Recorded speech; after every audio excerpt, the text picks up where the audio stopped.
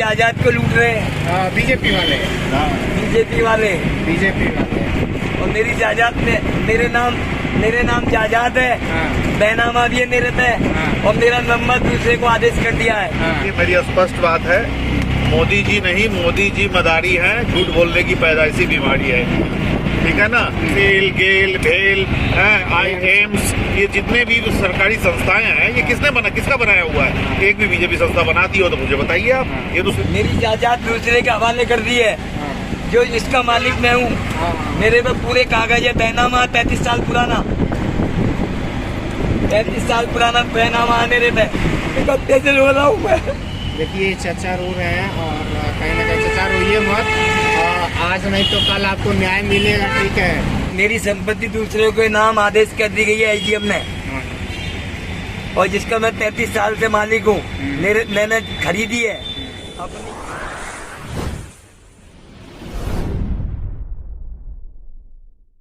नमस्कार। देखिए हम लोग एक ऑटो में सफर कर रहे हैं और ऑटो में एक ऑटो चालक मालिक है, चचा है मोहम्मद यामीन। चचा जी क्या नाम है? मोहम्मद यामीन है। और बेचारे वर्तमान सरकार से, यानी कि माननीय मोदी जी की सरकार, चचा की सरकार से कितना सुखी हैं, दुखी तो नहीं बोलेंगे, सुखी हैं। सो आप इनके जुबान से, चचा कितना विकास किया है मोदी जी? है विकास?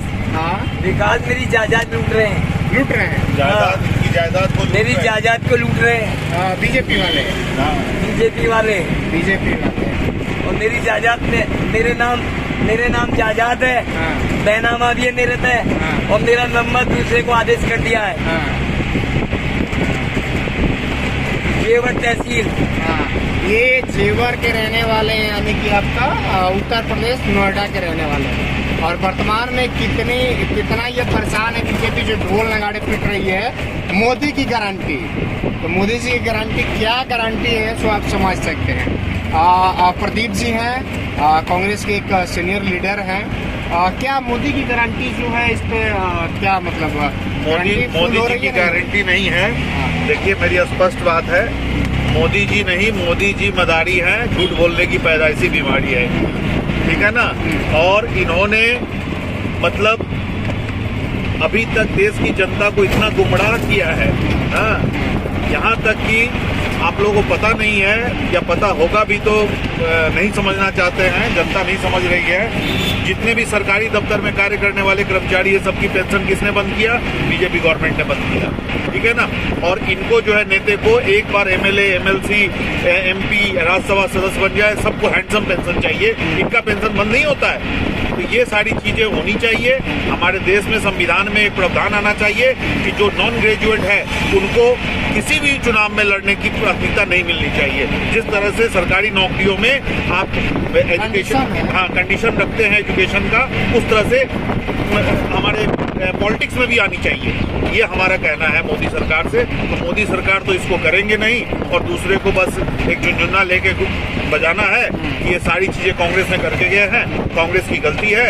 और बस एक चीज ये कहते हैं बार बार, आप भी सुने होंगे, कांग्रेस ने कुछ किया नहीं। कांग्रेस नहीं किया तो भाई ये सेल गेल भेल एम्स, ये जितने भी सरकारी संस्थाएं हैं, ये किसका बनाया हुआ है? एक भी बीजेपी संस्था बनाती हो तो मुझे बताइए आप। ये तो सिर्फ बेचने का काम कर रहे हैं, और दो ही अपने बंधु को दे रहे हैं, गुजराती बंधु को। एक अदानी, गौतम अदानी, दूसरा मुकेश अंबानी, ठीक है ना। बस यही है, दो बेच रहे हैं, दो खरीद रहे हैं। दो बेच रहे हैं, दो खरीद रहे हैं, और 4 महज गुजराती भाई हैं। और एक चीज आपको बताएं तो ऑफ लाइन और ऑफ वीडियो हमको कुछ ये बस बोल रहे थे एक चीज है कि गुजरात में अमित शाह की क्या स्थिति है? गुजरात में अमित शाह की ये स्थिति है कि अमित शाह जी जो है उनकी आप हिस्ट्री, बैक हिस्ट्री उठा के देख लीजिए तो आपको पता चलेगा कि उनका बैक हिस्ट्री क्या है, क्योंकि वो क्या करते हैं, कितने पढ़े लिखे हैं, कितने अच्छे व्यक्ति हैं, आपको मालूम हो जाएगा। तो सोचिए ऐसे लोग आज देश पे शासन कर रहे हैं, देश को गुमराह कर रहे हैं, और इनसे सिर्फ आम आवाम, किसान ही नहीं, आज किसान दिल्ली के तमाम बोर्डों पर बैठे हुए इंतजार कर अपने हक, अपने अधिकार के। एक समय था यही दिल्ली, जिस दिल्ली में अभी हम हैं, संसद भवन पे अटल बिहारी वाजपेयी बैलगाड़ी लेकर के चले आए थे जब कांग्रेस की सरकार थी। सोचिए आज दिल्ली में किसान एंट्री नहीं कर पा रहे, उनको प्रतिबंध लगा दिए गए, धारा 144 जगह जगह पे लगी हुई है और उनको एंट्री नहीं दिया जा रहा है। कहते हैं ना कांग्रेस ने किया, ये सब कांग्रेस ने किया। देखिए जितनी सारी बिल्डिंग आप देख रहे हैं ये सारे कांग्रेस का किया हुआ है, दूसरे का किया हुआ है, ये विदेश मंत्रालय है, ये सब कांग्रेस का बनाया हुआ है। कह देते हैं कांग्रेस ने क्या किया है। ये सब सामने आप देखिए इंडिया गेट है, राष्ट्रपति भवन है, जिसमें कहीं ना कहीं कांग्रेस अभी वर्तमान में इनके ही राष्ट्रपति बीजेपी की तरफ से राष्ट्रपति है। राष्ट्रपति कई देश के होते हैं लेकिन बीजेपी की तरफ से, ये सब कांग्रेस का दिया हुआ। कह देते हैं कांग्रेस का कुछ नहीं किया। दूसरी चीज आपको बताया कि ये चाचा ऑटो चलाते हैं, इनका परिवार है, सब कुछ है, और स्पेशली मैं इन्हीं के लिए वीडियो बना रहा था। मैंने जमीन खरीदी है, मेरी खरीदी हुई जमीन को आदेश दूसरे को कर दिया है, मेरी जायदाद दूसरे को आदेश कर दिया गया है और मेरे पास बैनामा है और 33 साल पुराना बैनामा है मेरे पास। कितना अन्याय हो रहा है। डीएम से मिलने जा रहा हूँ कि मेरी मदद की जाए। तो डीएम करता है नहीं करता है? अब जाता हूँ, देखो क्या कहते हैं डीएम साहब। देखिए एक चीज आपको बताएं तो नोएडा में जो सांसद है वो भी बीजेपी का है और नोएडा में जो विधायक हैं वो भी बीजेपी के हैं और ये चचा कास्ट धर्म से मुसलमान है। मुझे लगता है किसी वजह से इनको न्याय नहीं मिल रहा है। क्या चाचा? मेरी जायदाद दूसरे के हवाले कर दी है, जो इसका मालिक मैं हूँ। मेरे पे पूरे कागज है, बैनामा 33 साल पुराना, 33 साल पुराना बैनामा है मेरे पे और मेरे बाप के नाम जमीन है रमजानी। उसके बावजूद आपको नहीं मिला? हाँ, पीरा रमजानी के नाम है। सोचिए ये हकीकत है और ये सब कुछ अपना बता रहे हैं। और हम लोग चाह रहे हैं कि चचा को न्याय मिले, चचा की जमीन मिले। आप लोग इसके लिए आवाज उठाएं और डीएम साहब से जेवर तहसील में हुआ ये, जेवर तहसील में हुआ है और मैं चाहता हूं कि चाचा जी को उनका जमीन उन्हें वापस मिले और हमारे डीएम साहब इनकी पूरी मदद करें। हम आप लोगों से भी यही गुजारिश करते हैं कि चाचा जी की आप लोगों चचा जी के लिए आवाज उठाएं। धन्यवाद दोस्तों। देखिए सही बात है, कहें क्योंकि अधिकारी एक होता है वो किसी पार्टी का नहीं होता। एक हफ्ते से रो रहा हूँ मैं। देखिए चचा रो रहे हैं और कहीं ना कहीं चचा रोइए मत, आज नहीं तो कल आपको न्याय मिलेगा। ठीक है, रोने से नहीं होता है, फाइट करना पड़ता है, संघर्ष करना पड़ता है। हर किसी को हम लोग भी संघर्ष आज कर रहे हैं कि कहीं ना कहीं बीजेपी ने ऐसे क्यों किया है।